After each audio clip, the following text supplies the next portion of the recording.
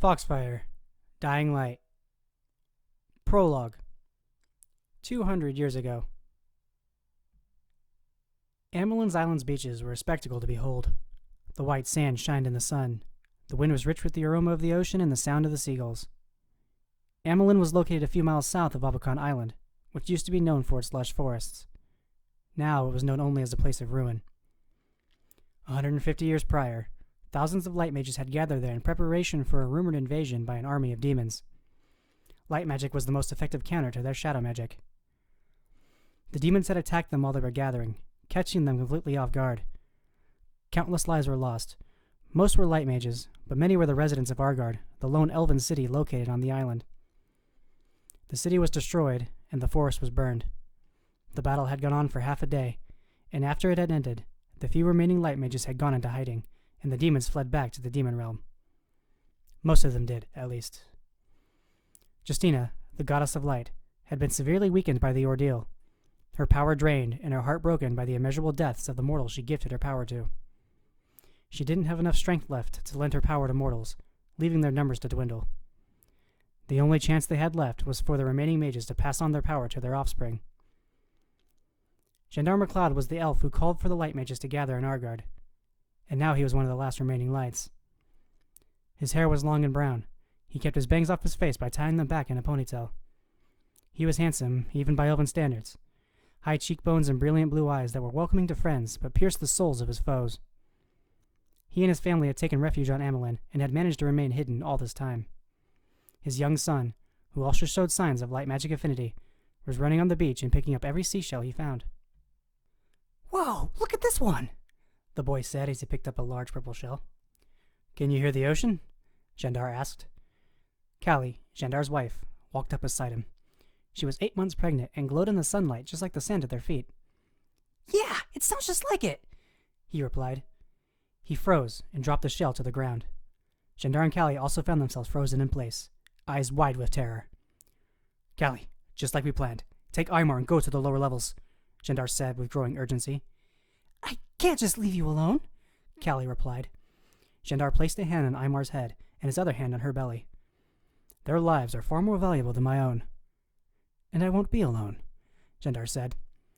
His sister was also present on the island, and would no doubt be on her way to the disturbance. They also had another ace up their sleeve. Gendar kissed his wife and son before he ran off toward the source of the darkness they sensed. He encountered his sister on the way. She was blonde. Her long hair was braided into two tails that ran down her back. Her eyes were also blue like her brother's, and they conveyed her seriousness. "Is your family on their way to safety, brother?" she asked as they ran. "Yes, I parted ways with them a few moments ago. What about yours?" he replied. "Also on their way to safety. What do you think our odds are?" "Not as good as I'd like, if I'm being honest." Shortly after the fall of Argard, agents of the new Demon King were hunting down and killing surviving light mages. Gendar and Arve had brought their families to Amelin and put an escape plan in place for the day they were found. The town they were staying in was burning. It was abandoned. They had come to the island since it was no longer inhabited. They didn't want to risk the lives of others. Demons were created by Jalal, the god of shadows. They were his response to his sister Justina's new elven race. There were many different kinds of demons. The most powerful ones were known as Ascended. The two demons attacking the island were two of the strongest Ascended in the demon realm. "They're not here!" Alistair, one of the two demons, hissed. He lashed out by destroying another house with flames that burned black. Alistair was known in the demon realm for his temper. His skin was red. Two horns jetted out from his hair, which was as black as his flames. It was always messy, and just long enough that he often had to brush it out of his eyes. "Do try to calm yourself, they're almost here," Ulrich replied. He was the slenderer of the two, as speed was his specialty. His skin was a light purple, and he kept his dark purple hair short and wore no armor. There was no reason to wear any if the enemy couldn't hit you. That's what he told anyone who asked. "Leave this realm and return home, or you will be made to leave," Gendar said. "But we've only just arrived, and we've been searching for you," Alistair replied. A sword appeared in each of Gendar's hands, as a bow appeared in Arve's. "Final warning, leave this place," Arve said. She had the draw of her bow pulled tight, her arrow trained on Alistair. Suddenly, Ulrich vanished. Gendar instinctively ducked and dodged the blade of Ulrich's short sword. He had reappeared behind him for his attack. Jandar threw himself forward to create some distance. He's too fast to keep up with, Jandar thought. Not wanting to give Ulrich time to move again, Jandar dashed forward and swung his swords at him over and over. His first swing was intended for the neck. Ulrich didn't use his sword to parry. He simply bent backward and dodged it. Jandar brought his other blade up for an upward swing, but Ulrich sidestepped to the left. It had missed. He spun around and swung both swords horizontally. Ulrich leapt back, and Jandar missed yet again. Ulrich was simply toying with him, and Jandar had to take a moment to ensure his frustrations didn't take control. Arve fired her first arrow after Ulrich missed Jandar. Her arrow was intended for Alistair, but he turned it to ash with his flames. Alistair darted forward. He intended to get close before she could shoot again, but Arve was quicker than he thought, so she managed another shot. This caught Alistair off guard, and the arrow hit him in the shoulder. It was aimed at his heart, but he did manage to twist his torso far enough out of the way to avoid any serious damage. He felt the pain surge up and down his arm. He ripped it out and destroyed it, and then went after her again. She didn't expect him to recover so quickly, so his attack landed. His fist, laced with his flames, struck her in the face. She felt the incredible force of his punch knock her back, but she was able to recover before she hit the ground. She touched her cheek. It had all happened so fast that she was only now feeling the burn caused by his flames. She felt the taste of blood in her mouth and spit it out after using her tongue to make sure all of her teeth were still in place. "Light shower!" Jandar said. He felt the tingle of his magic as it flowed through his body and into his hand. Verbal commands were necessary for mid-level spells to help a caster focus their magic and picture the desired effect in their mind. This would help ensure that it did what was intended. A yellow spell circle formed on his palm. 3 beams of light blasted out of the circle. They twisted and turned as they flew through the air toward their intended target. Ulrich skillfully dodged 2 of them, but the third had broken off and looped around. He jumped, and it hit the ground. But what he didn't see was that it had split into 2 beams, and the second one was now on a collision course. He was still suspended in the air thanks to his jump, so he had nowhere to go. The blast hit him and knocked him to the ground. Jandar struck quickly. He focused magical energy into his fists and lashed out. Ulrich had just risen to his feet and managed to raise his arm up to block the first punch. Jandar's second was a left arm jab that connected with his jaw. It wasn't a powerful punch. He just wanted to stun him. He hit Ulrich 3 more times in the face before the demon recovered and blocked. Ulrich retaliated with a punch aimed for Jandar's face, which he raised his arms to block. It was a feint, and he fell for it. Ulrich took advantage of an opening and struck his opponent in the gut. Jandar felt the air shoot right out of his lungs. Ulrich hit him twice more and then roundhouse kicked him, knocking him square onto his back. If there was any air left in his lungs, it was most certainly gone now. Ulrich raised his foot and brought it down with enough force to crush his ribs, but Jandar caught it with both hands and held it tightly. He funneled magic power out of his body and several spell circles formed around them, all aimed at Ulrich. "Oh no," Ulrich muttered. "Brilliant brain!" Jandar had managed to gather enough air back into his lungs to speak the words, allowing more power to flow out and shoot out from the circles. Ulrich cried out as numerous blasts of light struck him. The dust that was stirred up from the blast engulfed them both. "Bending light!" Arve channeled her magic into her bow, which then traveled to her arrow and completely enveloped it in light. When she let it go, it bent far off its flight path and then curved back. Alistair saw it coming and jumped out of the way. It sped past and flew toward Arve. She wasn't concerned, since she knew it would curve away.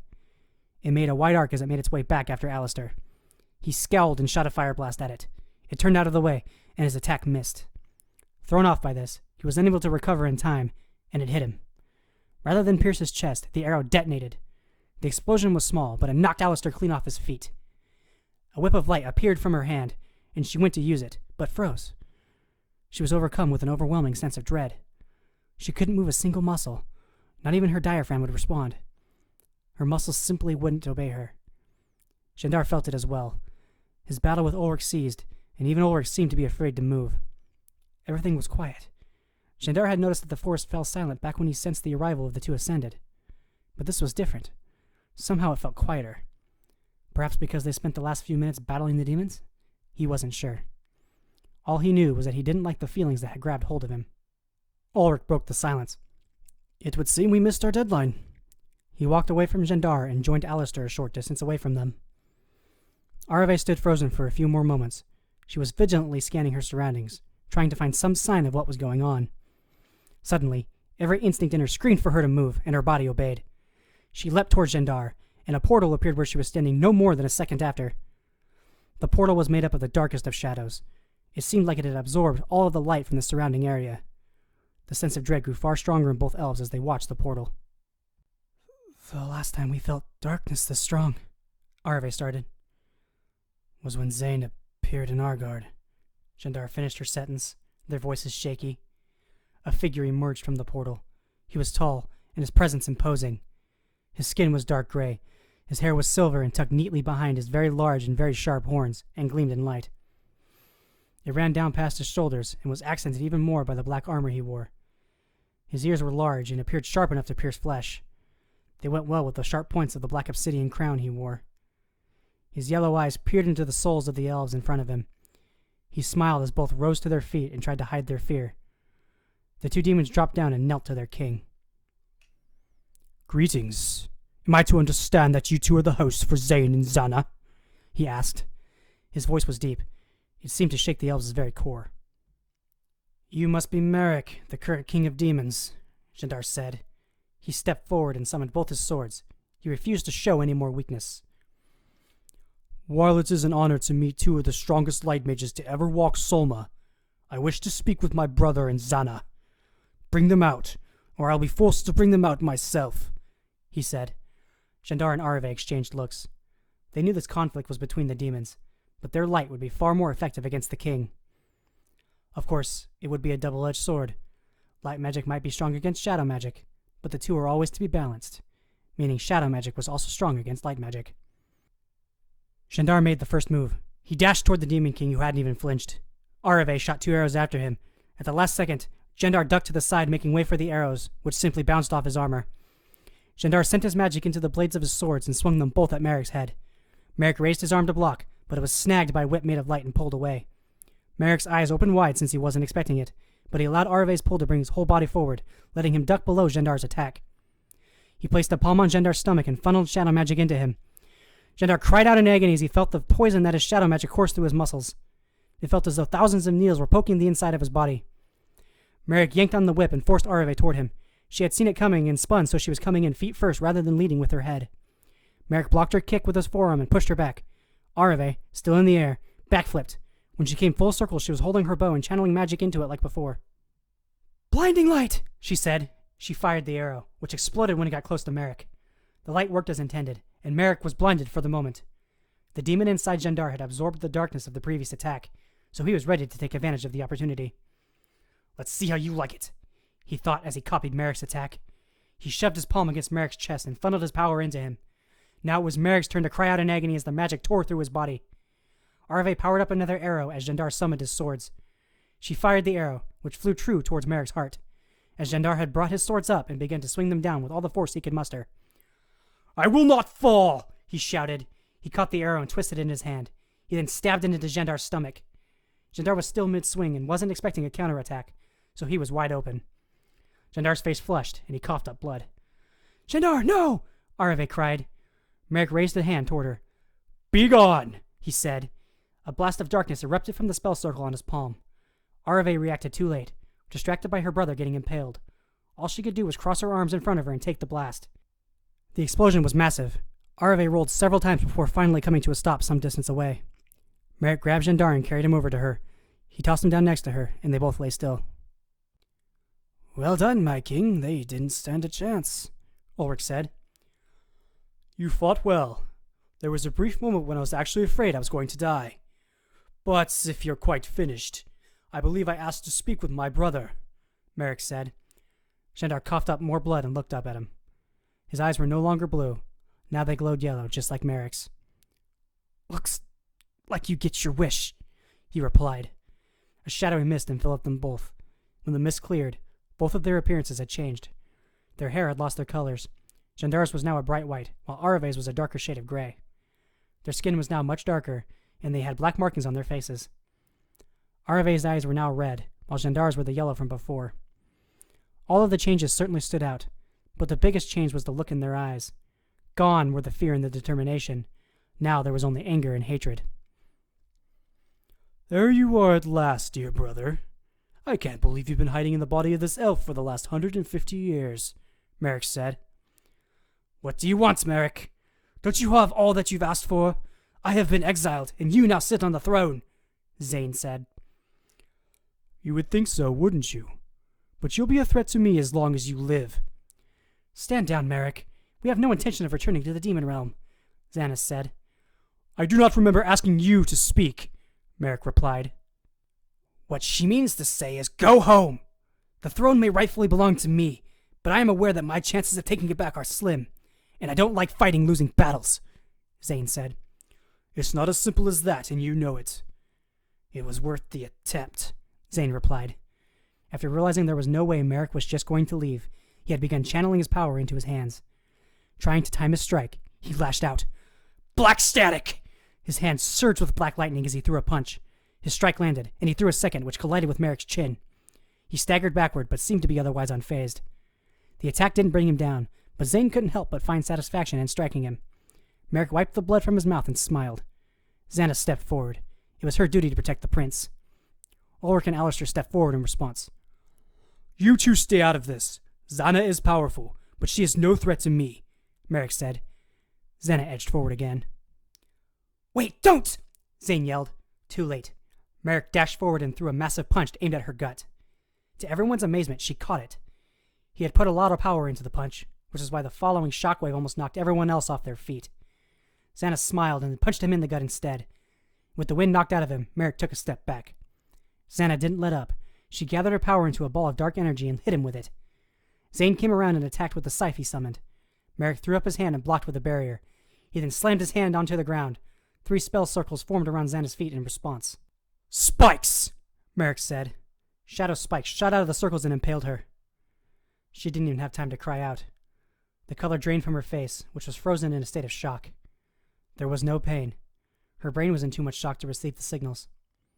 She did feel cold, though. Her vision slowly faded to black. The spikes faded away, dropping her to the ground. She reverted to Arave as she fell. Zane was so focused on his fallen ally that he reacted far too slowly to Merrick's next attack. Merrick had thought about letting his brother wallow in the misery of Xana's death, but he knew he'd never get another chance. Shadow magic feeds on strong negative emotions. If he powered up, there was no guarantee he'd be able to beat him. He called his sword to his hand, and it found its way into Zane's back. Zane tried to speak, but he couldn't. Merrick walked him forward and shoved him down next to Arave. Zane's spirit faded away, and Jandar returned. He looked over to his sister one last time. He reached out to her. He could feel his consciousness slipping away. He grabbed her hand as memories of their lives flashed through his mind. They had gone on hundreds of adventures together, fought side by side in many battles. Although this was their end, he took comfort in the fact that he died fighting side by side with his sister. And then he took his last breath. In that same moment, in the realm of the gods, more of the goddess Justinia's power dissipated with the deaths of the 2 MacLeods. She no longer had enough left to remain conscious, so she fell into a deep sleep. Her last hope now rested with the next generation of the MacLeod bloodline.